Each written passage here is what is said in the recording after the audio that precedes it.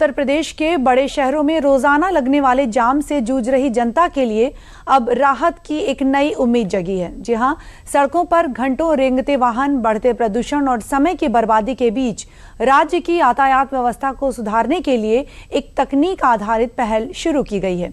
Uttar Pradesh police की यातायात शाखा ने सिटी रिड्यूसिंग ट्रैफिक कंजक्शन यानी कि CRTC योजना लागू की है, जिसका मकसद शहरों में यातायात जाम को कम करना और लोगों की रोजमर्रा की यात्रा को और आसान बनाना है।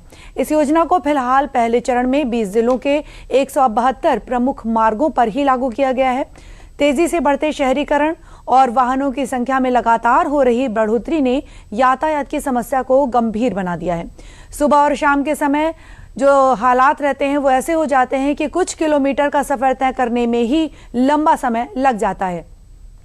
यातायात विभाग के अध्ययन में सामने आया है कि एक ही सड़क पर अलग अलग समय में यात्रा का समय काफी बदल जाता है और यही वजह है कि ऐसे मार्गों को चिन्हित किया गया जहां जाम की समस्या सबसे ज्यादा बार बार होती है।